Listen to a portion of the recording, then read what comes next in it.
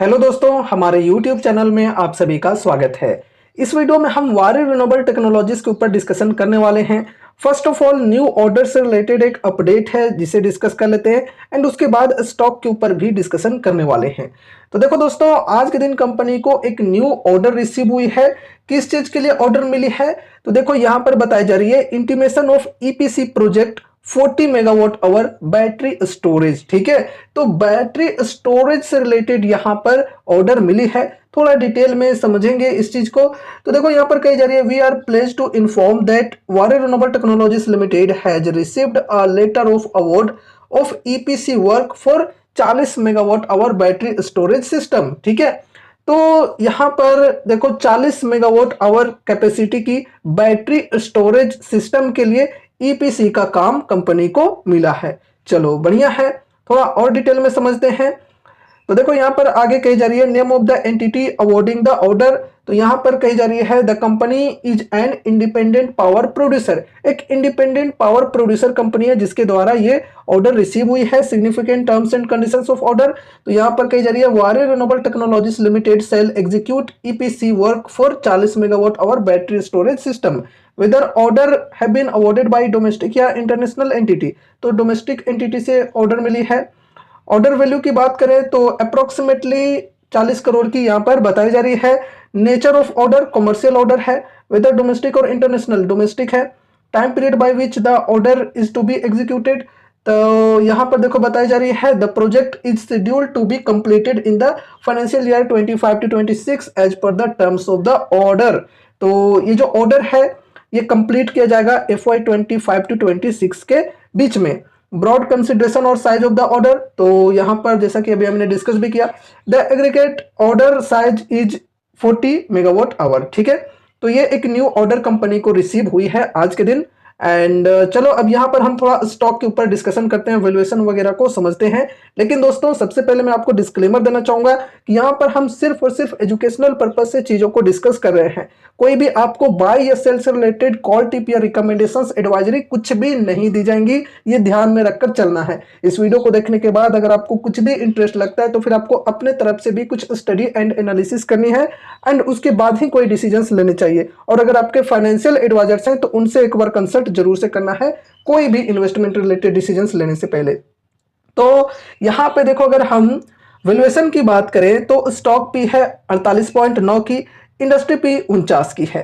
तो industry P के equal ही देखने को मिल रहा है स्टॉक की पी। अगर यहां पर हम मीडियन पी की बात करें तो मीडियन पी भी लगभग सेम ही है, 46.7 की मीडियन पी है। ठीक है, एंड उसके बाद यहाँ पर हम पीजी रेशियो की बात करें तो ये काफी बढ़िया है, 0.2 की है। तो ओवरऑल वैल्यूएशन की बात करें तो फिलहाल यहाँ पर वैल्यूएशन हमें ठीक ठाक देखने को मिल रही है। अगर हम कंपेयर करें पहले से, मतलब जब स्टॉक की जो प्राइस है ये अपने 52 वीक हाई के लेवल पर हुआ करती थी, उस वक्त जो यहाँ पर वैल्यूएशन थी वो तकरीबन 300 की पी पर थी। सोच सकते हो कितनी हाई वैल्यूएशन पर स्टॉक थी। अभी यहां पर देखो 50 से भी नीचे आ चुकी है स्टॉक की P ratio. And market cap की बात करें तो उस वक्त तकरीबन 30,000 करोड़ के अप्रोक्स हुआ करती थी।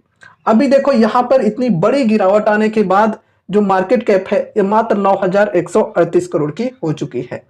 एंड स्टॉक में अपने 52 वीक हाई के लेवल से 70% से भी ज्यादा की करेक्शन आ चुकी है। एंड अगर हम यहाँ पर Q3 के रिजल्ट्स की बात करें तो रिजल्ट्स वैसे कुछ खास देखने को नहीं मिले थे। मार्जिन के अंदर प्रेशर देखने को मिला, इसके वजह से प्रॉफिट के ऊपर भी इफेक्ट पड़ा। तो इन वजहों से भी स्टॉक के अंदर गिरावटें हमें देखने को मिली थी। ठीक है, और अभी की स्थिति की बात करें तो अभी यार पूरे मार्केट की स्थिति कुछ खास नहीं है। सही, काफी सारी चीजें हैं ग्लोबल बेसिस पे जिसकी वजह से मार्केट के ऊपर सेलिंग प्रेशर बन रहा है, तो स्टॉक्स में भी गिरावटें देखने को मिल रही हैं।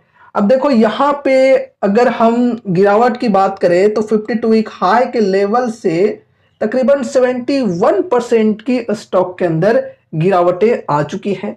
यहाँ पर एक सपोर्ट की लेवल है 875 के अप्रॉक्स, इसी सपोर्ट पर है फिलहाल स्टॉक।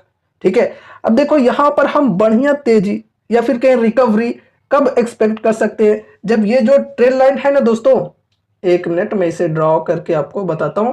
ये जो ट्रेंड लाइन है इसे अगर ब्रेकआउट मिल जाए बढ़िया वॉल्यूम के साथ में, बड़ी कैंडल के साथ में, और प्राइस ऊपर साइड में अगर सस्टेन करता है तो ही यहाँ पर हम रिकवरी एक्सपेक्ट करके चल सकते हैं। अभी तो स्टॉक के अंदर ट्रेंड की बात करें तो ट्रेंड डाउन साइड की ही बनी हुई है, ठीक है। और देखो दोस्तों, कोई भी स्टॉक अगर इस प्रकार की तेजी दिखाता है तो ऐसा नहीं है कि हमेशा इसी प्रकार की तेजी बनी रहेगी, ये ध्यान में रखकर चलना है। लोग क्या करते हैं कि सिर्फ तेजी को देखकर किसी भी लेवल्स पर एंट्री ले लेते हैं और वहां से जब प्रॉफिट बुकिंग चालू होती है तो उनको काफी ज्यादा लॉसेज होने लगते हैं, ठीक है।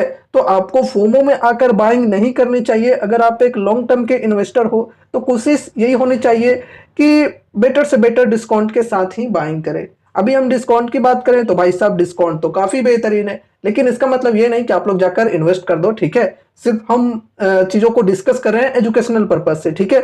तो लॉन्ग टर्म इन्वेस्टर्स के लिए बेसिकली यहाँ पर अपॉर्चुनिटीज होती हैं ऐसे सिचुएशन में, ठीक है।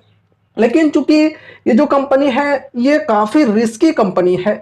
देखा आपने मार्केट कैप कैसी है, 9-10 हजार करोड़ के अप्रोक्स है, स्मॉल कैप की कंपनी है। साथ ही साथ अगर हम वारी ग्रुप के प्रमोटर की बात करें तो भाई साहब प्रमोटर के ऊपर भी कुछ लिटिगेशन वगैरह चल रहे हैं, कुछ मुकदमे वगैरह चल रहे हैं। तो इस वजह से भी वारी ग्रुप को थोड़ा सा रिस्की समझा जाता है मार्केट में, ठीक है। तो ये भी एक रिस्क ही है।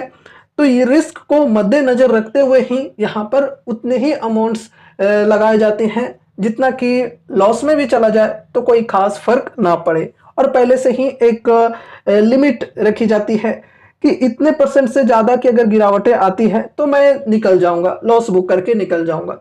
या फिर जितना भी अमाउंट्स लगाते हैं वो हम छोड़ देते हैं कि चलो ये चला भी जाए तो मुझे कोई फर्क ना पड़े, तो उतने ही अमाउंट्स लगाने चाहिए, वैसे ही अमाउंट्स लगाने चाहिए ऐसे स्टॉक्स में, क्योंकि high risky high rewarding type के ये स्टॉक्स होते हैं। बाकी एक बार पीयर्स के साथ जरूर से कंपैरिजन कर लेना चाहिए, ठीक है।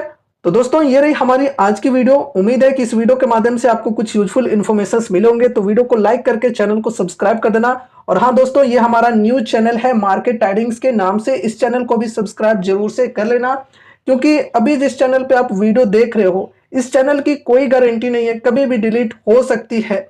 और अगर आप हमसे कनेक्टेड रहना चाहते हो तो इस चैनल को भी सब्सक्राइब करके रख लेना, लिंक डिस्क्रिप्शन में मिल जाएगी।